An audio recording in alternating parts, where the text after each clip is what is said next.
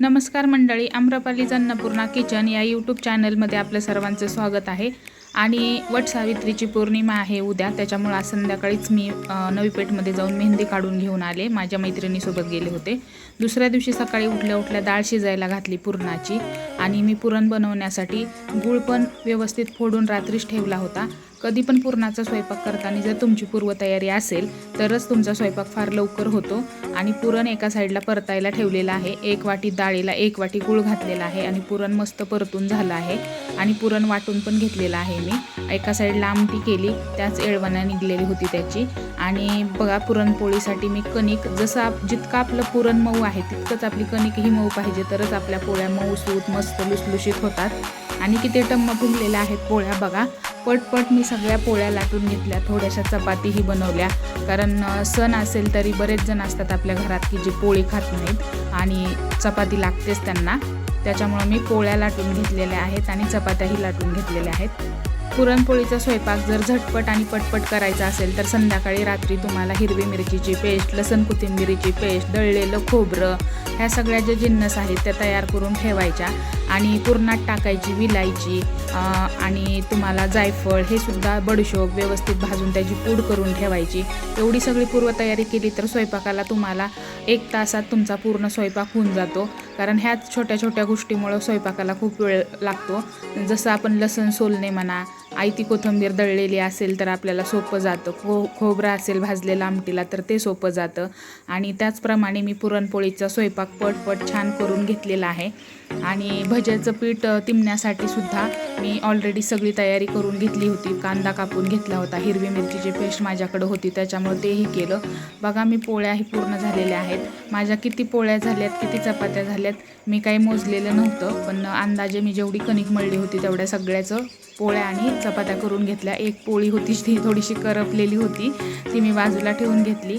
भजीचं पीठ तयार आहे, आता मी पापड कुरवडी तळून घेत आहे। आणि पापड कुरवडी आमच्या घरी बनवलेलेच पापड आहेत। किती मस्त माझ्या आईची रेसिपी आहे, एकदम छान पिवळे चुटक पापड होतात। आणि कुरडयाही पाहू शकता तुम्ही, गव्हाच्या असतात ह्या। 3 दिवस गहू भिजत घालून उन्हाळी कामामध्ये आमच्या मामींनी बनवलेल्या आहेत। आता मामींनी बनवलेल्या कुरडया संपत आलेल्या आहेत आणि त्याच्यानंतर आता थोड्याशा कुरडया आहेत त्या मी तळून घेत आहे। बघा किती पांढऱ्या शुभ्र आणि मस्त मोठ्या मोठ्या कुरडया छान तळून घेतलेल्या आहेत। त्याचप्रमाणे भजी आणि कुरडई तळून घेतली, पापड आणि कुरडई तळून घेतली की भजी तळून घेणार आहे। आणि पापड भजी घरची असेल तर कुरडई घरची असेल तरच पुरणपोळीचा स्वयंपाक खायला खूप छान खमंग लागतो।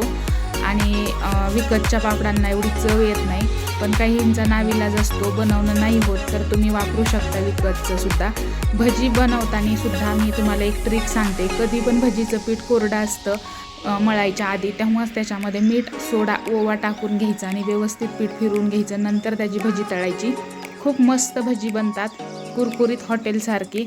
आणि मी हा चिकट भात बनवलेला आहे बघा, तो वाटेतून पडत नाही आहे खाली, कारण अशा येळवणाच्या आमटीसोबत चिकट भात खूप छान लागतो।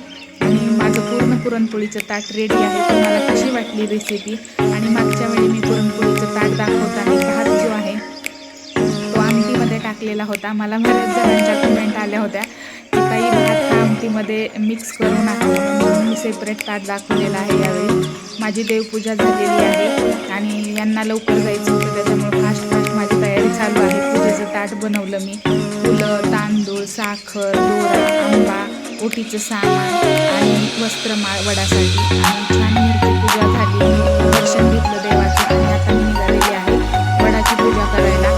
आणि आजचा हा सण सौभाग्याचा सण असतो। प्रत्येक महिलेला आपल्या सातजन्म तेच म्हणून हा व्रत करत असतात, तसंच मी निघालेली आहे। आणि सकाळी एवढ्या सकाळी आवरून निघालेली आहे। बऱ्याच बायका 12च्या नंतर वगैरे पूजा करतात, पण आमच्या जायचं होतं ऑफिसला, खूप काही होतं म्हणून मी सगळा स्वयंपाक आवरला आणि लवकरच निघाले। आणि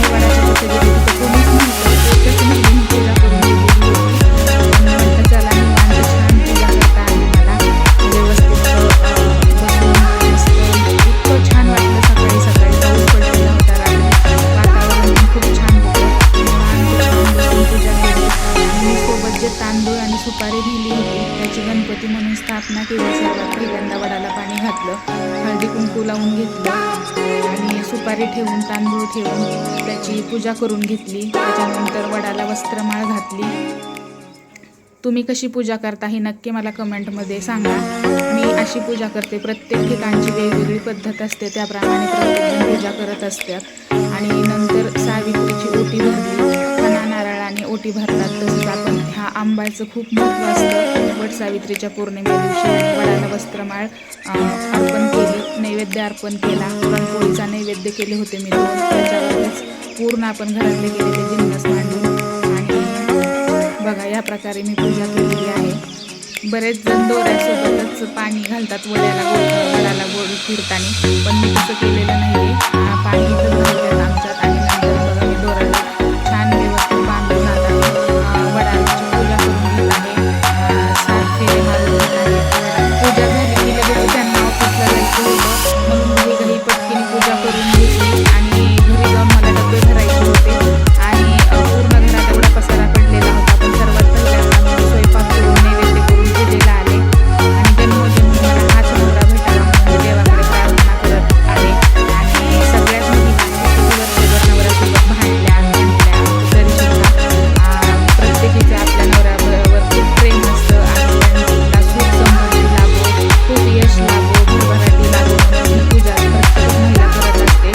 आणि खूप छान वाटलं मला सगळं एवढ्या सकाळी सकाळी पूजा करायला जाऊन फ्रेश वाटलं. आणि पूजा झाली की आम्ही तिथून निघालो लगेचच आणि थोडेसे फोटो काढले, व्हिडिओ काढले आणि खूप वारं सुटलं होतं. उदबत्ती लागत नव्हती, दोघांनी मिळून लावली ती आम्ही उदबत्ती. नंतर पती परमेश्वराचं दर्शन घेऊन आता आम्ही घरी निघालो आणि त्यांना डब्बा दिला. एकदा त्यांना वाटायला लावलं की मी रिकामी झाले घरातलं सगळं काम आवरायला. एवढा पसारा पडला होता, पण तरी पण मी तयार होते म्हणून 1-2 रील्स काढून घेतल्या आणि मस्तपैकी छान सगळं घरातलं आवरून घेतलं आणि नंतर मी उपवास सोडला. तुमची वटपौर्णिमा कशी झाली नक्की कमेंट करून सांगा आणि व्हिडिओ आवडला असेल तर लाईक, शेअर आणि कमेंट करायला विसरू नका.